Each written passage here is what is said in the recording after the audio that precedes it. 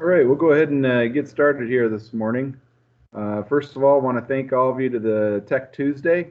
Today we're going to be discussing the final control elements, which would be the Honeywell actuators in this case. We're going to run through 3 different series of actuators to meet different applications, talk a little bit about some control strategies, and a little bit on wiring and troubleshooting and things of that nature.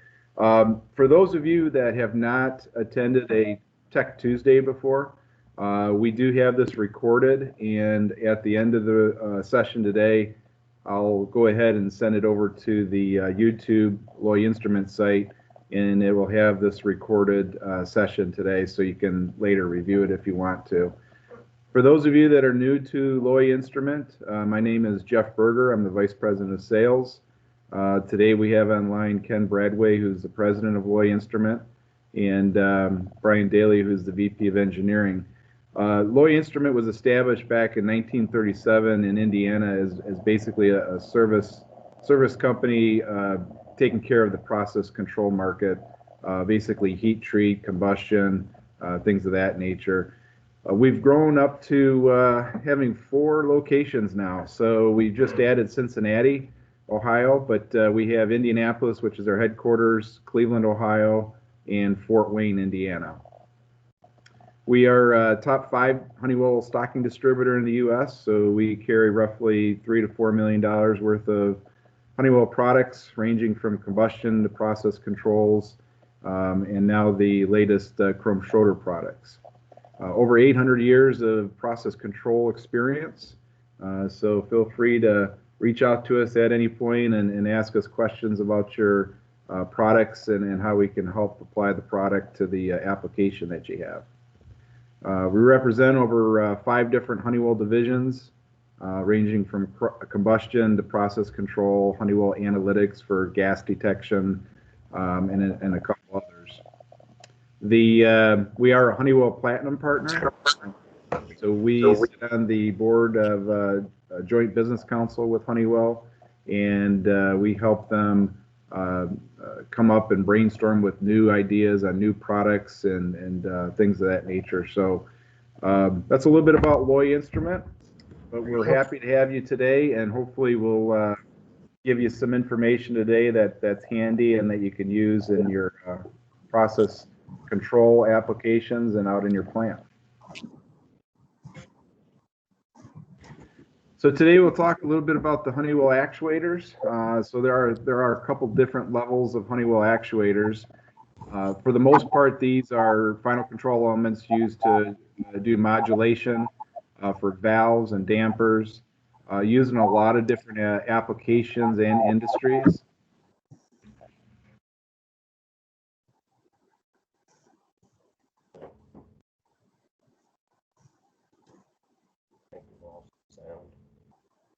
Jeff, you're muted.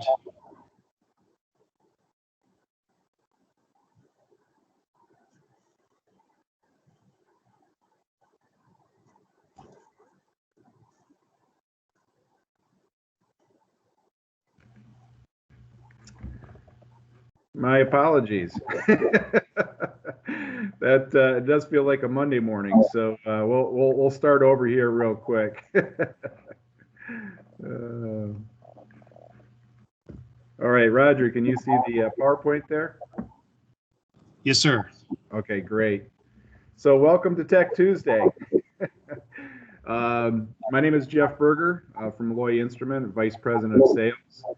Today we're going to be talking about the Honeywell actuators, basically used as a final control element in a lot of applications out in the industry.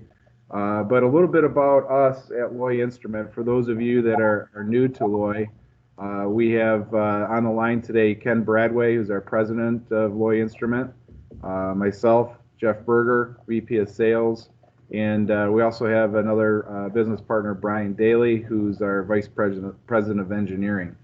A little bit about Loy Instrument. So we were established back in 1937 in Indiana, basically a service company servicing the process control market, heat treat industry, thermal combustion, so we have a little bit of a history there. 4 regional offices. So we just added Cincinnati, Ohio. So now we have a office in Cincinnati in the Sharonville area, if you're familiar with that area.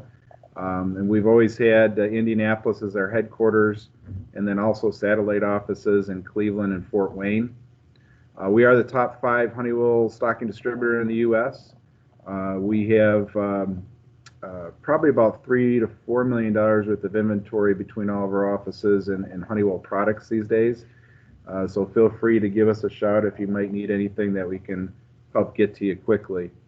We've also just added this year Schroeder.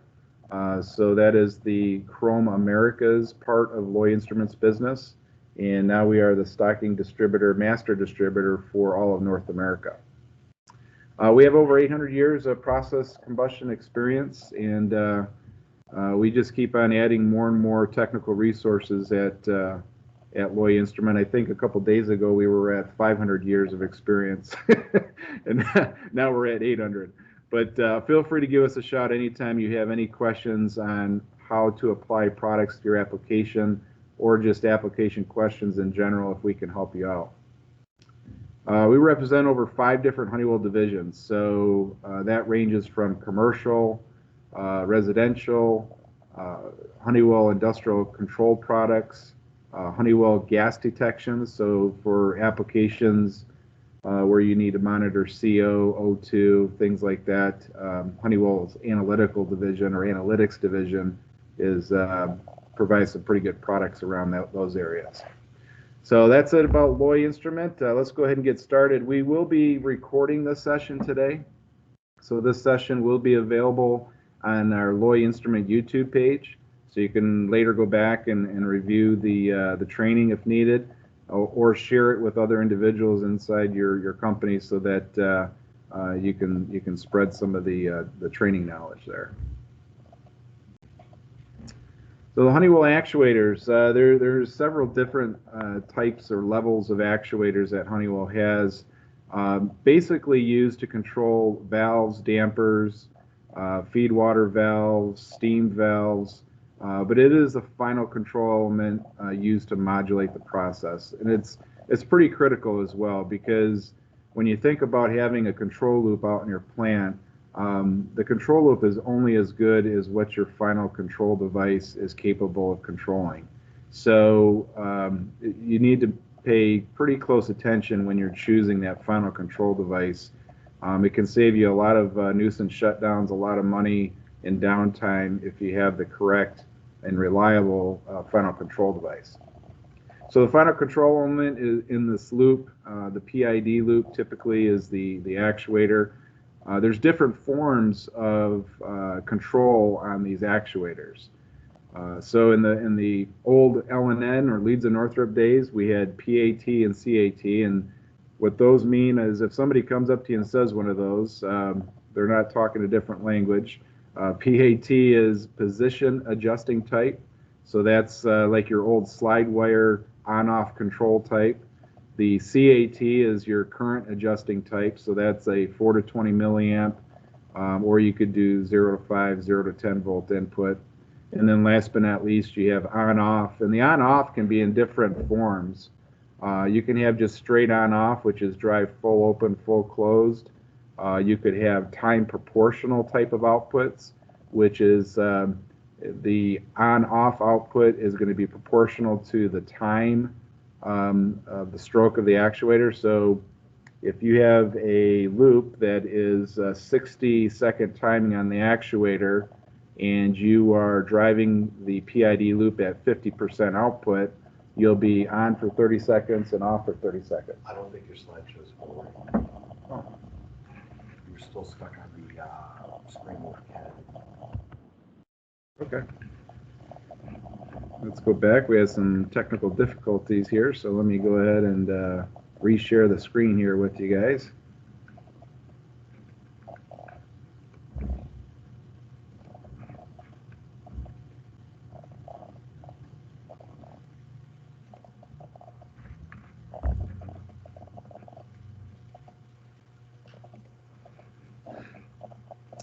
All right, Roger, do you see the Honeywell actuators on the screen there? Yes, sir. Okay, perfect. Sorry about that. So a lot of times I just keep on rambling and I don't realize that things aren't happening the way they should. So I have some really good people here at Loy Instrument that guide me. So as we were saying, the on-off can be in different forms, time proportional or just straight on-off. The time proportional is more of a pulsing type of output. Like I said, if you're driving the PID loop at 50% output and you have the time at 60 seconds, you'll be on for 30 and off for 30. So it's just a little bit more of an advanced type of control algorithm versus just straight on-off.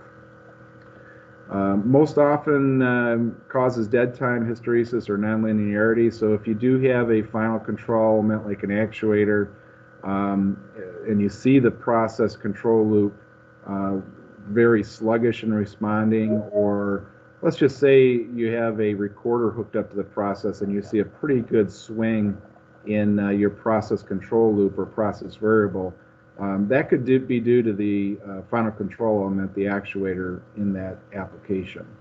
So that would probably be the first place I would start doing my troubleshooting and work your way back to the PID loop. Poor actuation obviously can result in poor process control and affecting quality, possibly even injecting some downtime as well. And again, poor performance in the actuator can result in high maintenance costs and nuisance shutdowns. So you can see that it's pretty critical in a PID loop to have that final control element controlling the way it should, doing your preventative maintenance on it so that its uptime is increased, so you're not having to worry about changing out that actuator on the spur of a moment. So there's a lot of different applications as we talked about earlier. This is just a slide deck here that shows a little bit about some pretty typical applications. So secondary air dampers, rotary valves, typically used for steam, water, boiler feed water control, combustion skids, furnace pressure dampers, baghouse dampers. You can read through these, but a lot of our applications we see in using these actuators is either a large damper on a boiler like an ID fan damper, or it can be individual zones of combustion control, either doing fuel-air ratio or just straight controlling the gas valve, which is supplying gas to the burner. A lot of the burners nowadays have the actuators as an integral part to the burner package. So when you look at like the Maxon oven pack series, it'll typically either have a KromAmericas or a Honeywell actuator that's mounted onto the package burner. And we'll go through a couple of those here in a little bit. But these are some examples of some different applications, and obviously through your plant you'll know those applications quite well. So we look at the three different levels of actuators or final control devices that Honeywell has. We start off with the MODUTROL motor.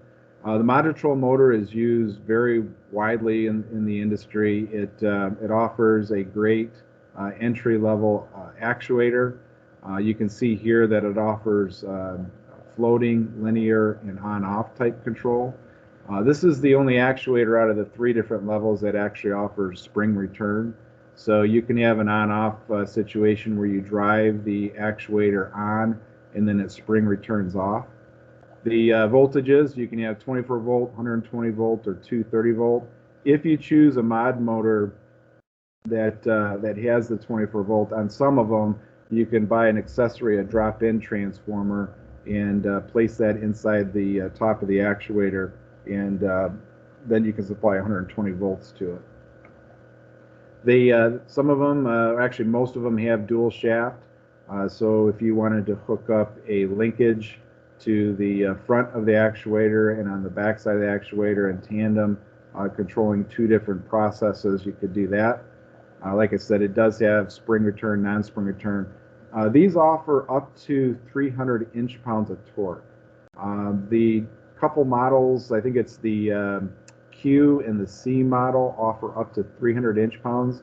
Most of the time they're around 150 or less, but they do have some higher torque models.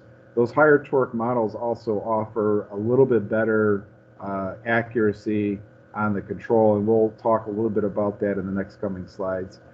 You can also have two auxiliary switches, which those can be set at high or low fire on a combustion system, or they can be set anywhere in between the 0 to 160-degree stroke to be able to activate, things to turn on and off based on the stroke of the actuator. The MODUTROL motor also has a stall position or a stall setting that if the actuator gets bound up, it can actually withstand up to 200 pounds of torque on the crank arm in a stalled position. So that's that's some good good information there, because you don't want a situation where it gets bound up, gets stalled, and then reverts to an unsafe damper position or valve position. So it will stay in that one spot for quite a period of time as well. The next up is the HERCULINE 2000 series. This was Honeywell's actuator that replaced the, if some of you know, the old Actuator motors that Honeywell had that were produced out of Minneapolis, Honeywell. And the old Actuator motor was a cylinder type looking actuator. It provided on-off position proportional control and also linear 4 to 20 milliamp control. Those were replaced back in the late 90s, early 2000s with the HERCULINE 2000 series. So the 2000 series offers a nice replacement if you do have some of those old cylinder type Actuator motors, and these would have been the M740s, the M940s, and the M640s. The new actuators do provide a smart solution. When we say smart solution, that basically means that there's electronics inside that actuator that allows you to do some pretty cool stuff. You can communicate with the actuator over Modbus or HART communications. So if you wanted to take that information out of the actuator and take it to a DCS system where you want to display the output value, the input value, maybe slide wire position, you can do that using the communications out of the actuator. The HERCULINE 2000 actuator also has a display option, which allows you to go through a sequence of configurations to configure the actuator for stroke, timing, calibration, the type of feedback that you're going to get, and then even diagnostics of basically anything that would affect the electronics inside the actuator, like a high temperature, stall position, things of that nature. So it is an option on these actuators. You can either get it with the display or not, but it does offer you some enhanced configuration and calibration capabilities using that. Again, the power is universal. There isn't a 24-volt version, but we do have 120, 220, or 240. The stroke is all the way up from 90 degrees to 360 degrees. You can have up to 400 inch-pounds of torque. And you'll see in the model selection guides when we take a look at that, the inch-pounds of torque is also related to the timing of the actuator. So as the actuator slows down in stroke timing, the torque increases. So at the slowest time, which is I think 60 seconds, you can get up to 400 inch-pounds of torque. 4 to 20 milliamp feedback is also available along with slide wire. So if you want a true position indication back into your control system of where the actuator is sitting at, you can either have a 4 to 20 milliamp or a slide wire. On these actuators, the slide wire comes in two different versions. You could either get the standard 0 to 1,000 ohm slide wire and supply your own voltage across that slide wire, or you can have a contactless feedback, which basically is a non-slide wire positioning, which gives you a little bit better accuracy when you're feeding that back to the control system. The old days of position proportional control with slide wire, there was a lot of headaches that caused a lot of maintenance people and a lot of people that worked on them out in the field. Back in the days when you had the slide wire feedback, you'd have to go in and clean that slide wire quite often, depending on what the application called for, how dirty the application was. A lot of times we would take an old eraser and move it across that slide wire to get the dirt off of it, or you could just take some rubbing alcohol and clean it up. But it would cause some pretty erratic control if it was dirty, because the feedback just couldn't find itself on that slide wire because of the dirt that was built up on it. So these days, a lot of customers have moved to either time proportional or a linear type of control, which would be your 4 to 20 milliamp, 0 to 10 volts, or 0 to 5 volt input. Gives you a lot better accuracy and positioning of the actuator. The HERCULINE 2000 series can also offer 4 auxiliary switches. 4 of those switches, in addition to the 4 auxiliary switches that are hardwired, you can also do programmable digital outputs as well. And those can be configured through the keypad, and you can configure them based on a lot of different criteria. You can configure them for high-low fire position. You can configure it on a diagnostic event, or just a position across the travel of the actuator. The last thing that I think is a very handy feature on both the 2000 and 260 is the hand wheel or the auto manual switch. There is a lot of times when the process might be down, maybe power is locked out. You can actually grab the hand wheel, and under the highest torque that actuator is capable of, you can take the hand wheel and move it all the way from 0% to 100%, anywhere in between, to do some manual adjustments to either check out your linkage, make sure your linkage is not bound up, or just take a look and see what the process is doing based upon a manual intervention. The auto manual switch is another nice accessory that you can actually put the actuator in manual operation and then move the toggle switch, increase or decrease, to see that actuator move. This is really handy for when you're doing setup of the actuator out at the process valve.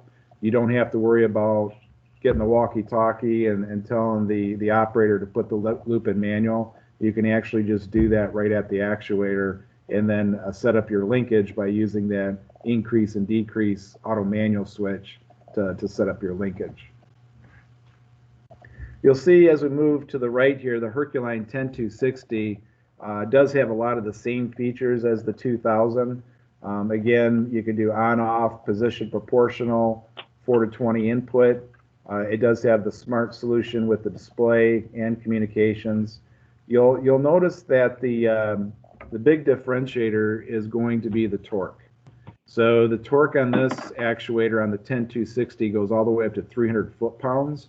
So these are probably most common used on large dampers, or ID fan dampers on boilers, something that requires a good amount of torque to position the final control device, and usually in pretty harsh environments as well. This actuator, if some of you remember the company Leeds and Northrop, many years ago, back in the 90s, Honeywell bought Leeds and Northrop, and this was one of Leeds and Northrop's core products that they used for the steel industry, cement industry, a lot of industries that was very, very harsh environments, and these actuators lived in those environments day in and day out, positioning the process reliably. So Honeywell has enhanced this product over the years with the smart solution and communications, but the core of the product has always remained the same, and that's the way that it actually gears up to provide gearing from the actual motor that's on the bottom of the actuator all the way up through the casing, where it has a worm gear that allows very high repositions and accuracy.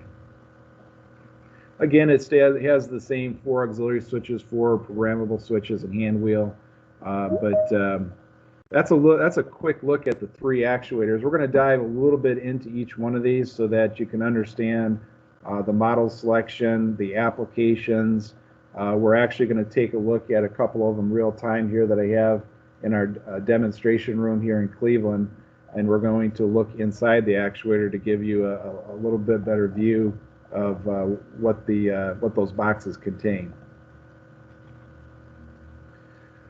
So this is a good scale here showing the, as you move from left to right, the actuator's torque capability. Like I said, you can get up to 300 inch-pounds on the Mod 4 motor, but then as you move to the 2000 series, you're going to go to 400 inch-pounds, and then obviously the 10260 is going to go to 300 foot-pounds. What I wanted to show you guys here is along the bottom, there's two things that are pretty critical to your applications, and it doesn't really matter if you are choosing a Honeywell device or if you're choosing another device that's not Honeywell. If you're choosing an actuator, you need to make sure you pay attention to these two areas. One of them is repositions, and the other one is duty cycle.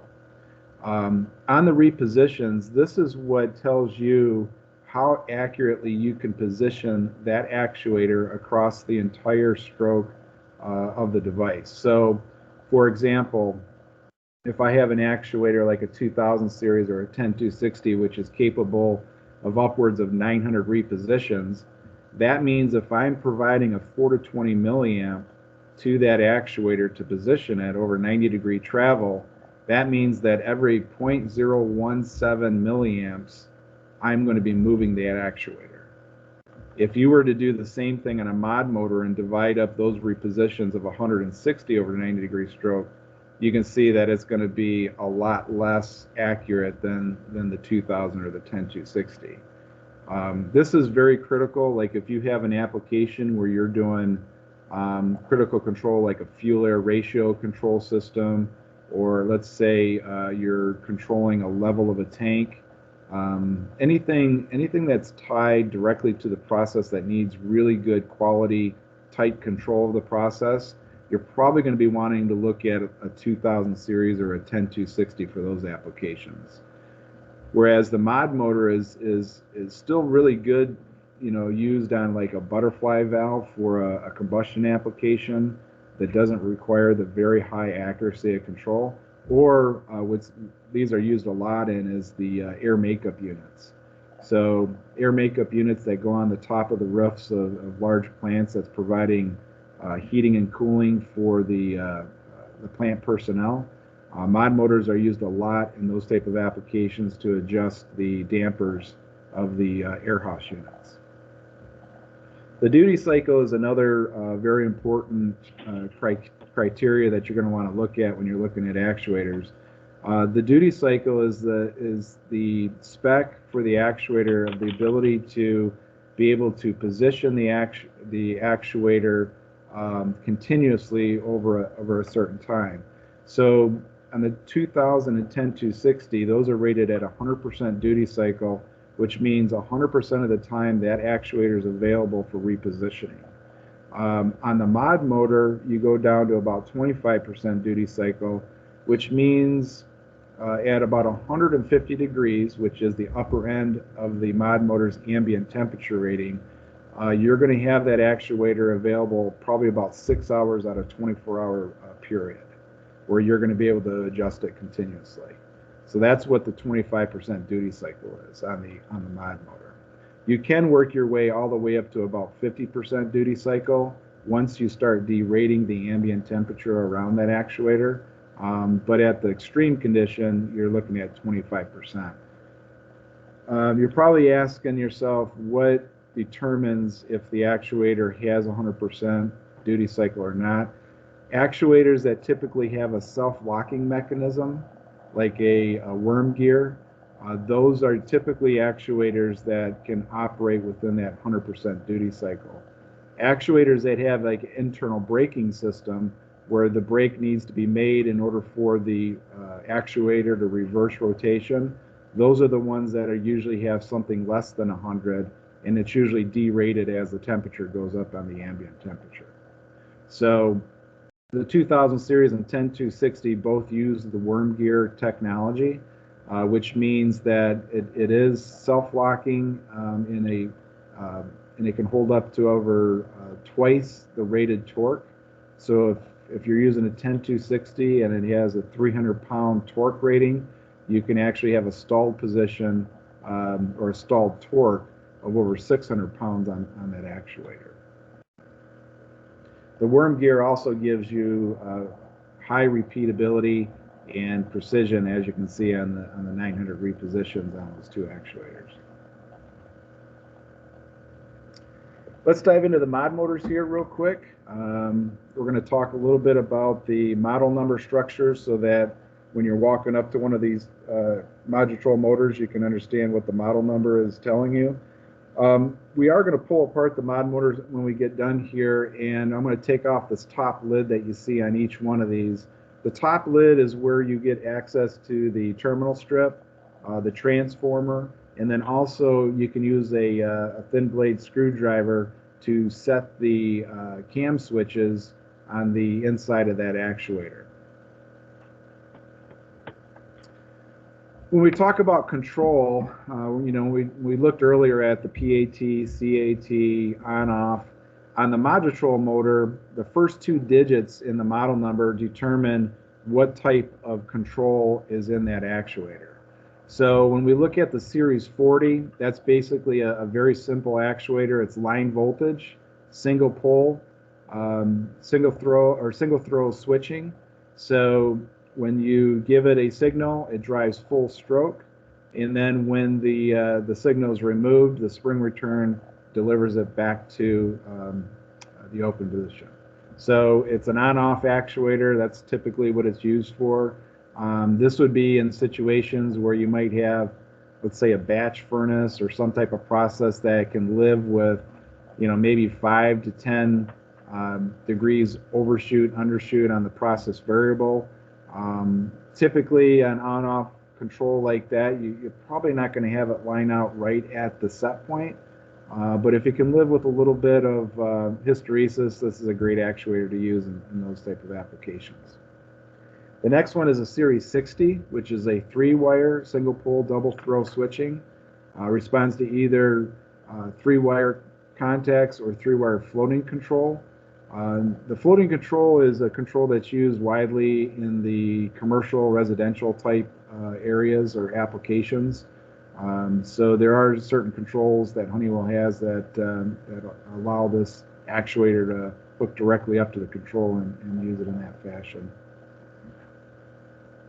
The Series 62 is very similar to the 60, but it includes a feedback potentiometer.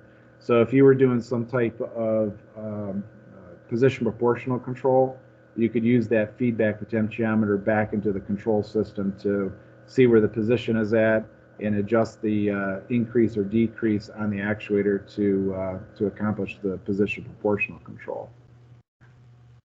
Series 70 is the linear type of actuator. This is probably in the industrial applications, this is the one that I find the most used. It receives either a voltage or current input. These are the ones where you can get the higher accuracy repositioning, and you can also get the higher torque rating on these as well. But these are more commonly used on gas valves, air valves, combustion systems, typically used on package type of burners from Maxon, Eclipse. So this is a pretty commonly used actuator. The Series 80 is a low voltage, single pole, single throw switching. The motor runs full stroke on contact closure and spring returns when contact opens. So a very simple low voltage on-off type actuator. The Series 90 is again used in a lot of residential commercial type applications. It is a 3-wire potentiometer input. It's a 135 ohm potentiometer that helps balance that actuator to position it. Typically, these are used to hook up to Series 90 type of electronic controls from Honeywell. These would be like the T775s, W973s, W710s or 7100s. So these are commercial type PID or residential type PID controllers that hook directly up with this actuator. If we broke down the model number selection guide for the MODUTROL motor, this is how it's broken down. So M is always going to be stands for motor. So in the residential, commercial, home and buildings world, a lot of the model numbers will have an alpha character at the very beginning that will signify if it's a motor, sensor, or whatever. And this one's going to be an M, so it's going to be a MODUTROL motor. The next two numbers there would be the control series. So this is the control series that we just went through. You can see there on the bottom left-hand corner, 41 series all the way up to the 94 series, and it gives you a short explanation between each one of those. As you can see, the 71, the 72 series, these are commonly used out in the industrial arena with the 4 to 20 milliamp or voltage type input. The next number, which is an 8 in this scenario, this designates the if it's the torque on a spring return or a non-spring return unit. You can see obviously that if you have a spring return, you are going to be minimized on the torque capability. So make sure you understand that when you're trying to select one of these for an application, that if you do have a spring return, it's going to derate that torque quite a bit.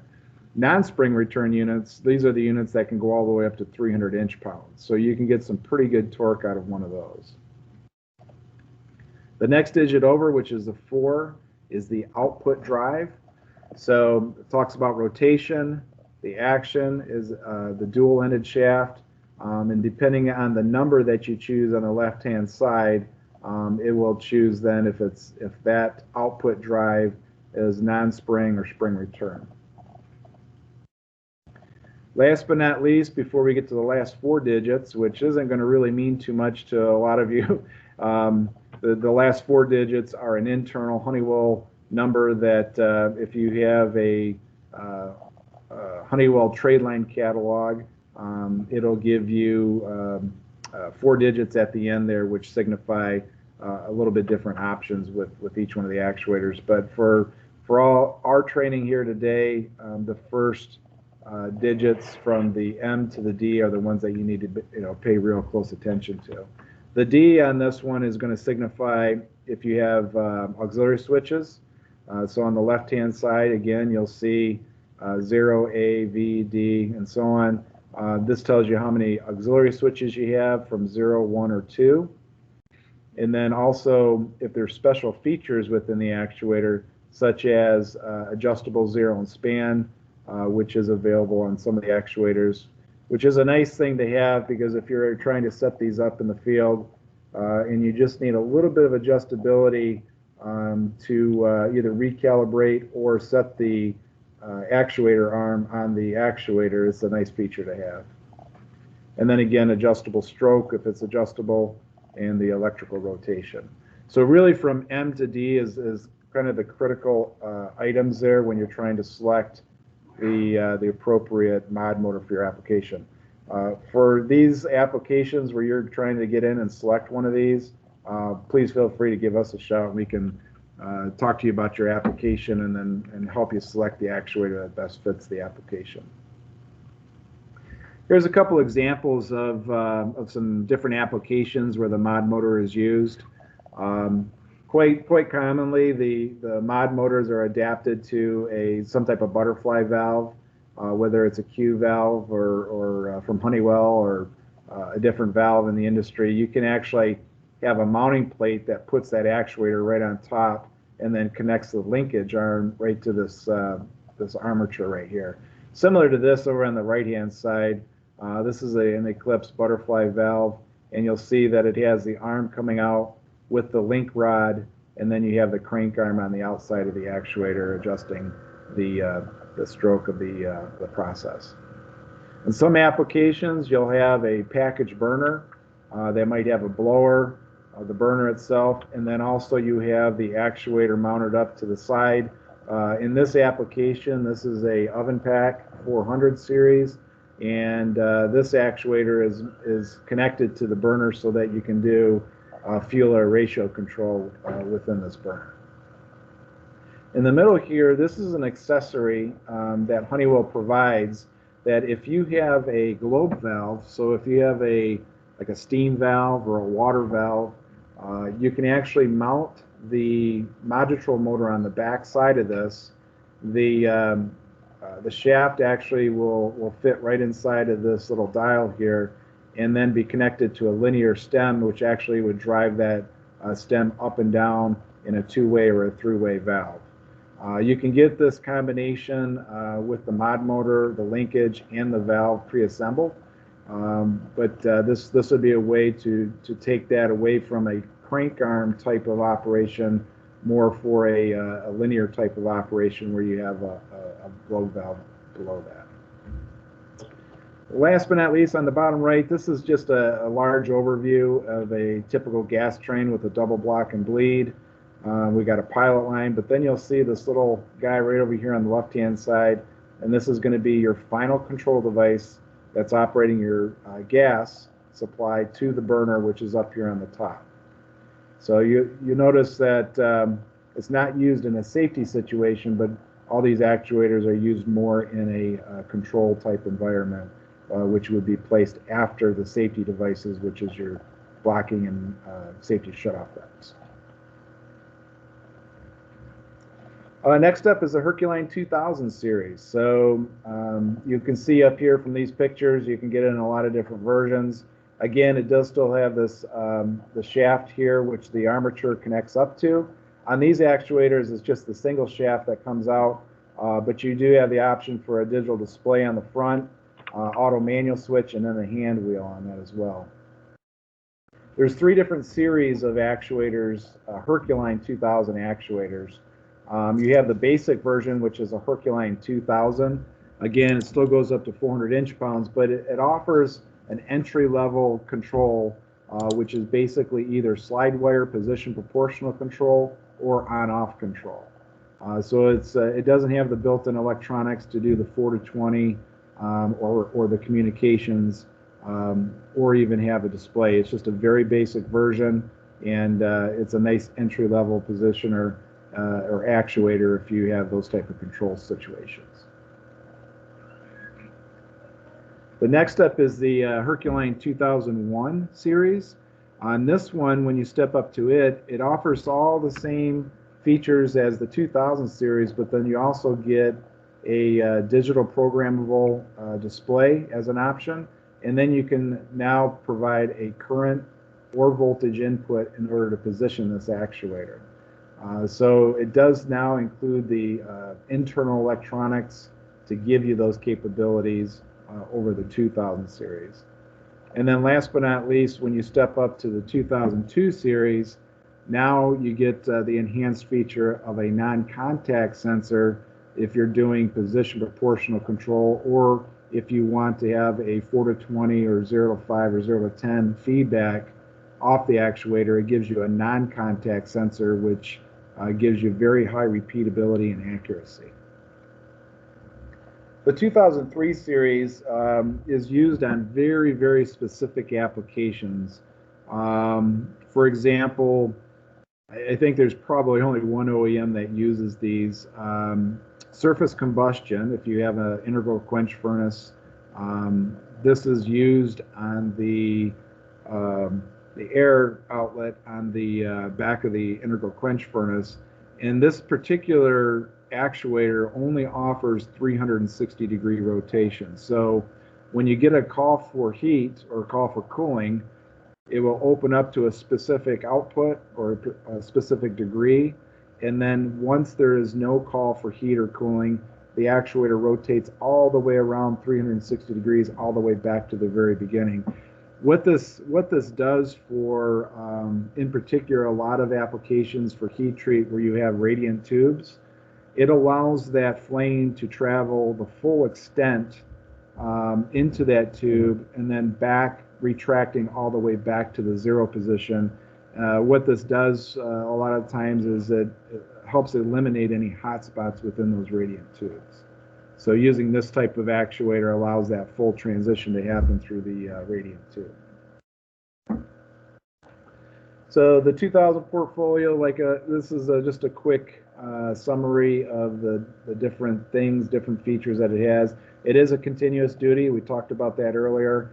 We didn't talk about the stall hours, but up to 100 hours without damage. So this actuator can be locked in at 800 inch-pounds of torque for 100 hours, and it's not going to damage the actuator. In applications where these things might be up in the rafters of a building, you know, operating a damper control or whatever that, you know, you don't have at eye level, this might be something you might want to look at, because if you have this actuator stalled up in the rafters, you know, the chance of you walking by and seeing its stalled position is probably not very common. So having 100 hours of stall is great for this one. We talked about the manual hand wheel option. The speeds on this one, you can go up to from as low as 4 seconds all the way up to 75 seconds timing. So what that means is from 0 position, which is 0 degrees, to 90 degrees, you can get some pretty fast responses out of this actuator. You can mount these in any position. They do come with the NEMA 4 IP66 rating as well. So if you do have an outdoor application, or if you have applications where you have a washdown area and it might get splashed with water, this would be something to look at. In all the HERCULINE 2000 and 10260 models, here's a couple things that you definitely need to know. First of all, the worm gear, we talked about that. The worm gear that positions the output shaft is driven, that's connected directly up to the output shaft, so it gives you true position indication. And that worm gear also offers that high repeatability, high stall torque, and gives you 900 repositions that we talked about earlier.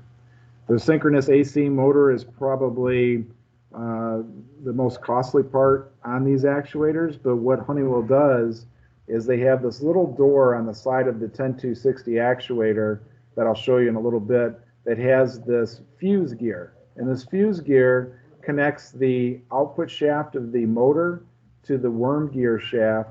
And basically, if you have a very high stall position and the actuator is binding up, this fuse gear will actually break loose before it damages any of the high-priced items on the actuator, such as the AC motor. Last but not least, on the far right-hand side, this is the heavy-duty gear. It's a half-moon shaped gear that connects to the output shaft that rides along the worm gear, and it gives you some very, very high accuracy on the positioning. One of the nice things about the 10260 that Honeywell corrected when they bought it from Leeds and Northrop is they replaced the oil-filled cavity with a Starplex grease, high-temperature grease. So now you can actually position these actuators or install these actuators in any position. So upside down, on its side, it doesn't matter, because that Starplex grease adheres to the gearing and is very thick, so that it won't leak out through the top of the actuator.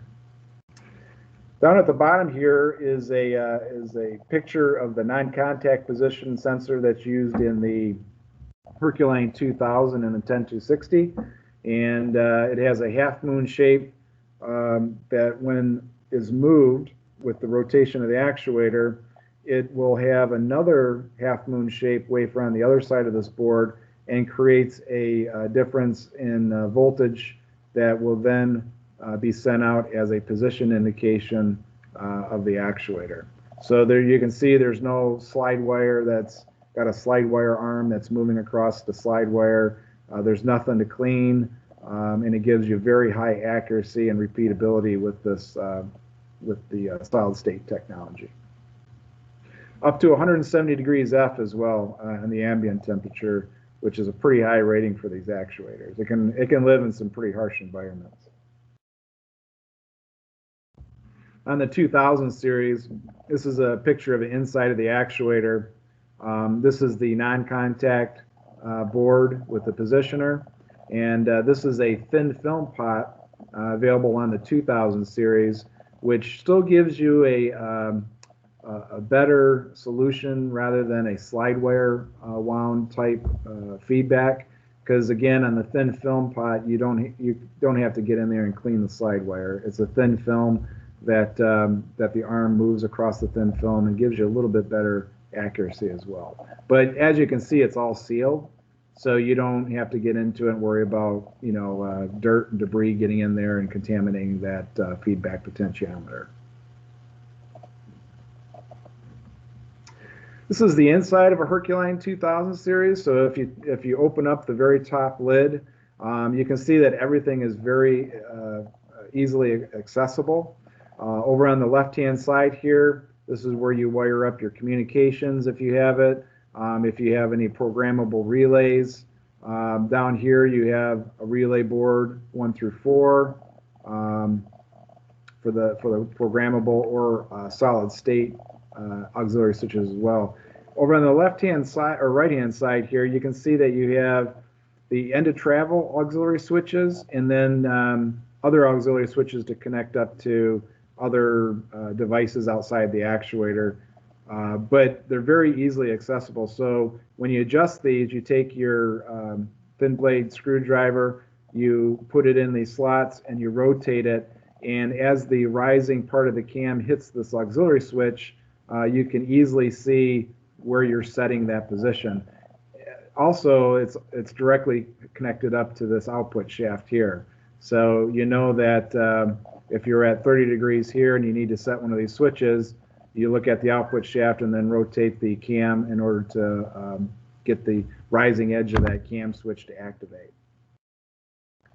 You also have your power input over here that you're going to connect up to, and you have your asynchronous motor right here. So as far as adding and replacing boards, if you needed to, it's very easy to do that with this, removing this top lid. It basically has 6 Allen screws that you remove the lid, and then you can get access to all these devices here.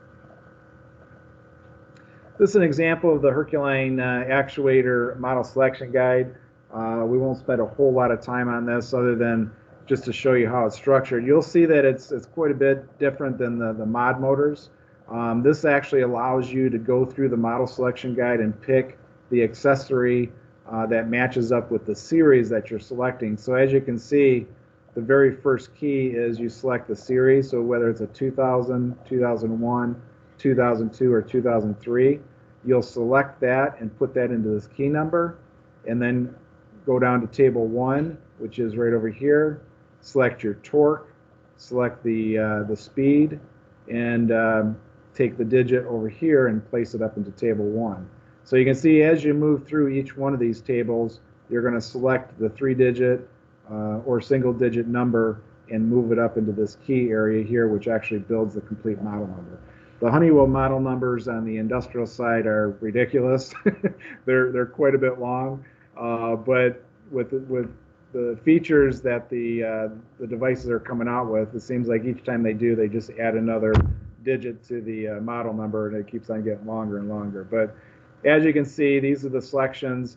Over on the right-hand side, it'll tell you the availability, right? So if you have a 2000 series, you see the arrow there on the right-hand side. You follow the arrow down, and anything that has a dot in front of it, you're able to select that feature. The 10260 is set up the same way, so if you know how to put together the HERCULINE 2000, you'll do the same thing on a 10260. A couple different applications on the HERCULINE 2000. So this is an example of a gas train.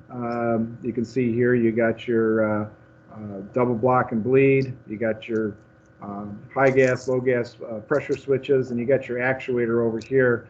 This one is actually hooked up to a Maxon valve, butterfly valve there, a ratio valve.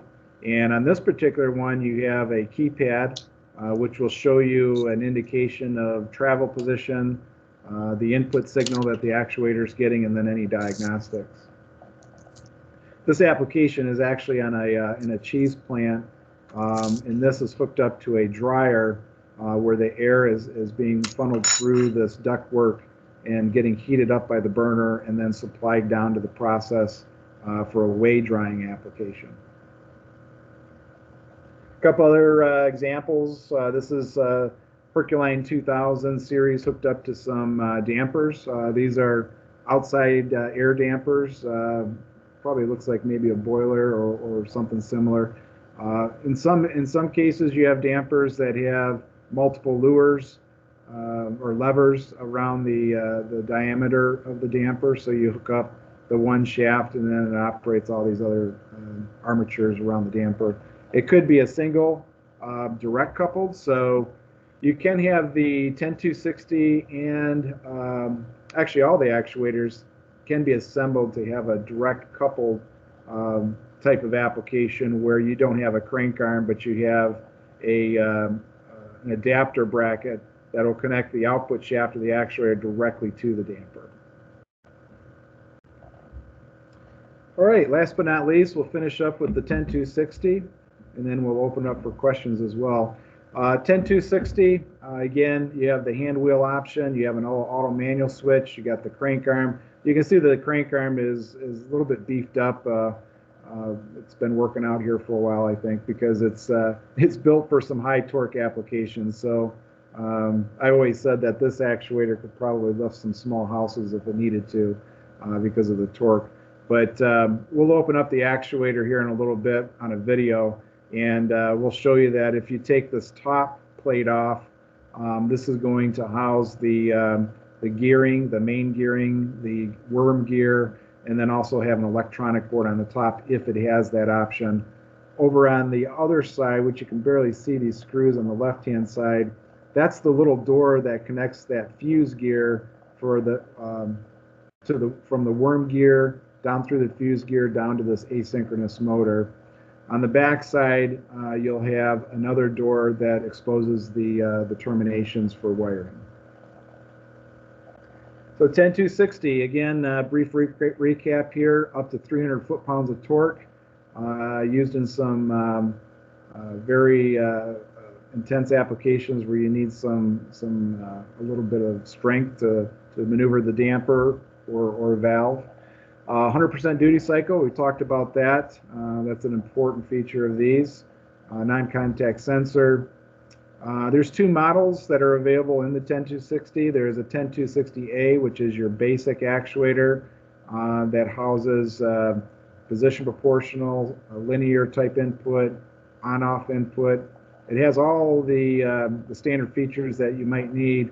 When you go up to the 10260S feature, this is the smart actuator that has an additional display on the front or on the top, and then also offers the communications for HART or Modbus communications if you wanted to take it back to a DCS. One thing I didn't note yet, on each one of these displays, if you're familiar with the Honeywell UDC process controller line, the menu structure within the displays of the 10260 is almost identical. So if you know how to program a UDC with the function and setup button and the up and down arrows, you'll know how to program the smart 10260 or the HERCULINE 2000 series, because the menu structures are almost identical. That's one of the nice things that Honeywell did with these is a lot of plants have those type of PID loop controllers, and a lot of people are familiar with them. They wanted to keep the same architecture for configuration on these other devices as well. NEMA 4 protection as well. Like I said, you can use these in outdoor applications. If you want to use the mod motor in an outdoor application, there is a NEMA 4 weather case that you can get for the actuator that allows you to use it in outdoor applications. I would say probably 90% of the time you're going to use the mod motor in an indoor application. If you get outdoor, you're probably going to want to go to like a HERCULINE 2000 or a 10260, but that option is available on the MODUTROLs as an accessory. We talked about the programmability of the 10260 and the 2000 series. Again, the programmable features are calibration. You can set the fail-safe position. So if you lose your signal input into the actuator, you can have it fail to a certain position. Characterization, this is another enhanced feature that if you wanted to do some special characterization of maybe you have a fuel air ratio control system or some other type of flow type application where you need to have the output of the actuator on a nonlinear type of output, you could do that, and you could program it for a special characterization. Relay outputs, you can set those, program those, input filtering, reverse or direct acting. So if you wanted to program the actuator for a heating or cooling application, you could do that. I think on these actuators, the one really nice thing on these with the display is if you did have to calibrate it, or if you had to change the configuration of a limit switch, you don't have to open the case to do that. You can just use the display. And a lot of times, if you're in a pretty harsh environment, the last thing you want to do is start opening up lids on actuators and getting in there and messing around with changing limit switches and stuff like that. So I would say probably for faster commissioning and calibrations or adjusting limit switches, the display is pretty handy in those type of situations. Diagnostics is another great feature of these displays. So what the diagnostics gives you is an accumulated stall time. So if you were stalled in a situation where it was causing some damage, you could actually go back into the actuator and see what the accumulated stall time was on that process. You can also look at high-low temperatures. So if you have an application like against a glass Lear, which is pretty typically pretty high ambient temperatures, you can actually have the 10260 or HERCULINE 2000 record what the latest high temperature was of the actuator and give you that diagnostic maybe in a form of a relay output or a programmable digital output on the actuator. Total travel time, number of motor starts, current actuator temperature, high-low actuator temperature, relay cycle count. So there is a lot of diagnostics that's built into the smart actuators that can be tied to a digital output or be used on a communication link back to the DCS to give you enhanced diagnostics of the process, and maybe even give you some predictive maintenance of what's going on. So if you see a high ambient temperature, it could be a result of something else failing out at the process, and the actuator is telling you that it's getting to a high temperature where the actuator could fail, but giving you predictive maintenance information to go out there and take care of it before it does.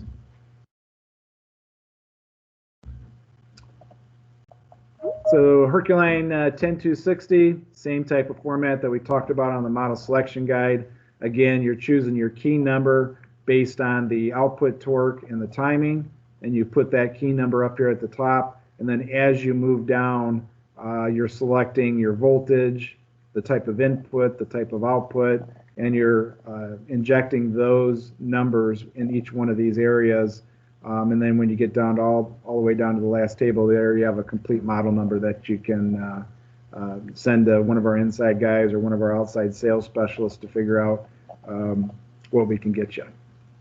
A couple application pictures on the 10260. So this is a picture of a wastewater application.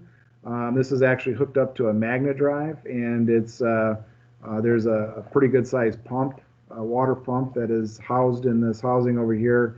And as the process needs opening and closing or engaging that pump, it has this arm that is engaging a magnet drive inside of this housing here. You can see though on this one it does have the display. Currently this is showing the output value. So the output is shown down here below, which is 0%, and the input is 0%. So this is a good feedback to say, if I'm calling for 50% output, is the actuator indeed at 50? And these should always equal each other. If not, then you know that there's a issue going on with the process or the actuator. Here's another application. This is a glass customer. This is a combustion skid here. These are used a lot on oxy-fuel and also just standard gas combustion skids that are used in the glass industry. But as you can see, There are several different actuators here throughout this skid. Some of them are mounted on the side, which is totally acceptable. These are connected to, I think, a North American port valve with the linkage arm in each one of them. Another application of this would be considered a foot mount actuator. So this is foot mounted on a grating, and then it has the crank arm coming up to the damper, and then several other arms here connected off of the one damper. What's nice about the 10260 is it does give you some different connecting rods, so you can get either a turnbuckle kit or other kits that will help extend, like a pipe kit that'll help extend that arm if you need to get from 24 inches up, 36 inches up, and you're somewhere on the foot mount. That gives you some connection options for you. Here's another example of some damper controls using the 10260. I think this particular one might be a ID fan damper on a boiler. Also might be a steel mill, but I think this one's probably a boiler.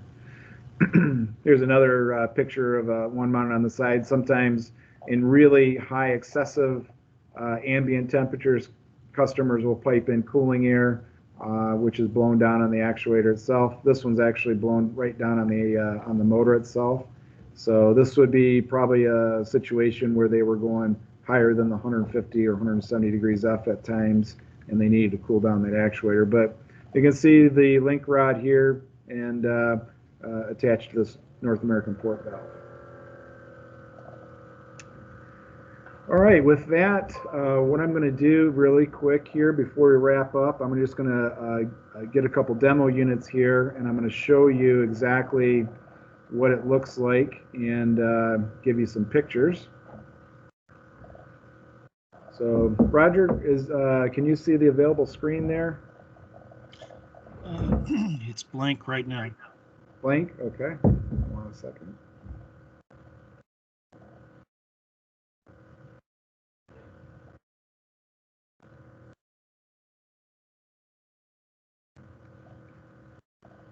It does look like it's...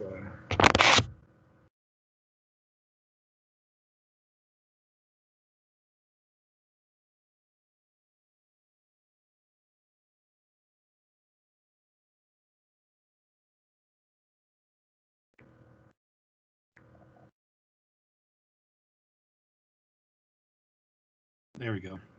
Do you see it now? Yep. Okay, great. So what I'm going to show you really quick here is I took a mod motor, took the top off of a M7284. What I want to do is I want to show you the internals of the mod motor here real quick. On this particular one, you have your transformer up here. So that's converting 120 volt input to a 24 volt supply for this actuator. You have the terminal strips, which are your green terminal strips. And then in this particular one, this white section here is where you have your zero and span for those options when you're choosing like a C or a Q type model that has that option available. Right down in here in this cavity, on the other side of that, the zero and span, is where you would fit your screwdriver in to access the blue and red cams that you might see in there. I don't know if you can see that real good, but those cams are just like the ones on the HERCULINE 2000 series. But when you put your thin blade screwdriver in there and you put it in the slot and you move it left or right, it'll actually change that rising cam edge on the roller and give you the switch action that you need. On these actuators right here, we talked about you have the two shafts. So you got the one on the front, the main, and then you have also an auxiliary shaft on the back, and then your foot mounting on the bottom here. The next one I'm going to show you real quick is the HERCULINE 10260.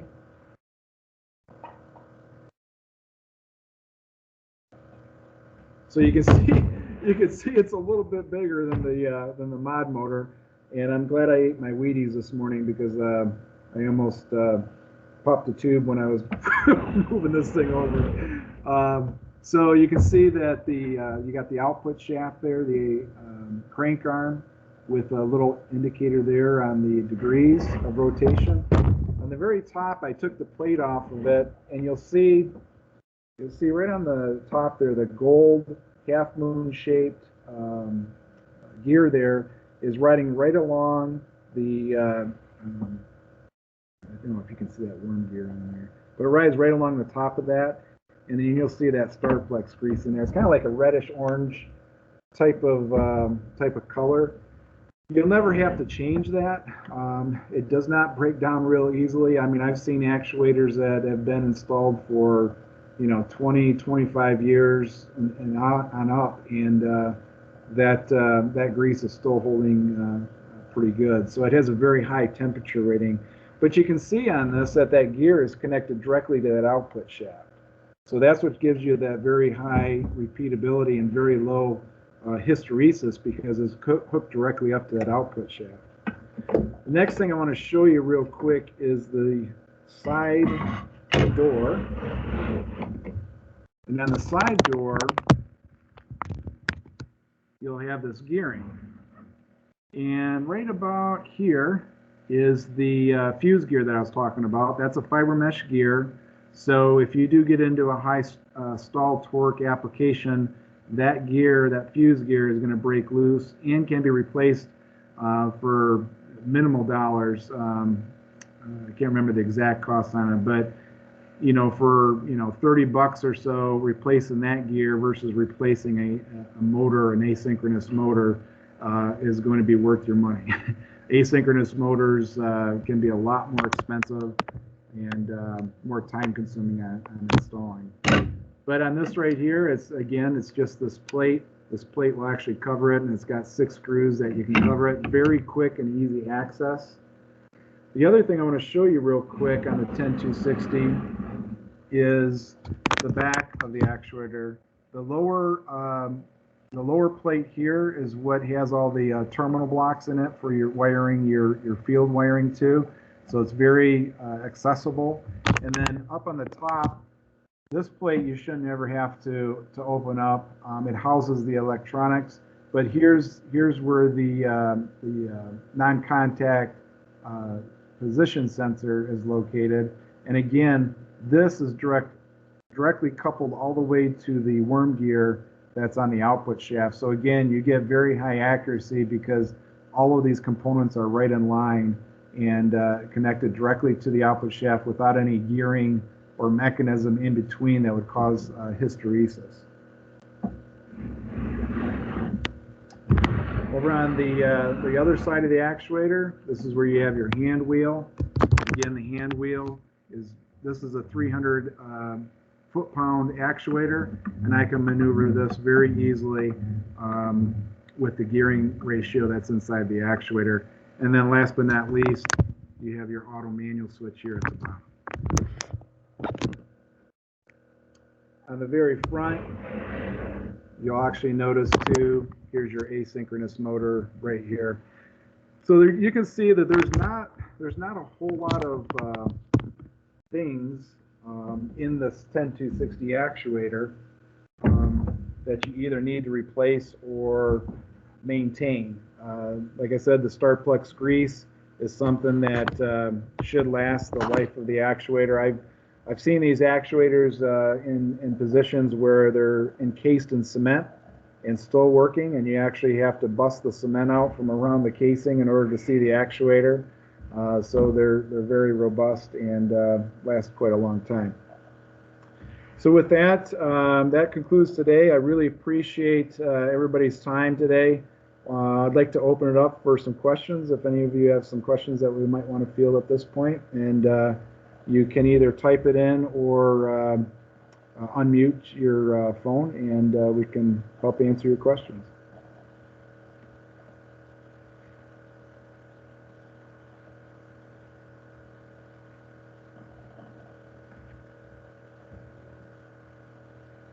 All right, so we don't have any questions at this point, which is fine.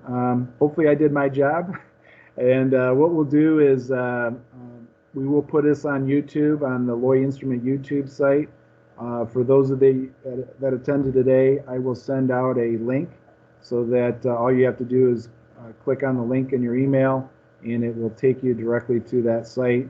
And we do have a lot of other Tech Tuesdays that are available on our Loy Instrument library and YouTube as well. So feel free to visit anything from combustion to flame rods to UV detectors to PID loop controllers to recorders. We probably at this point have about 22 different training segments in the YouTube library. So feel free to reach out and take a look at those. If you have any questions, you know where to get a hold of us. And appreciate your time today. Thank you. Thanks, Ken. Thanks, Jeff.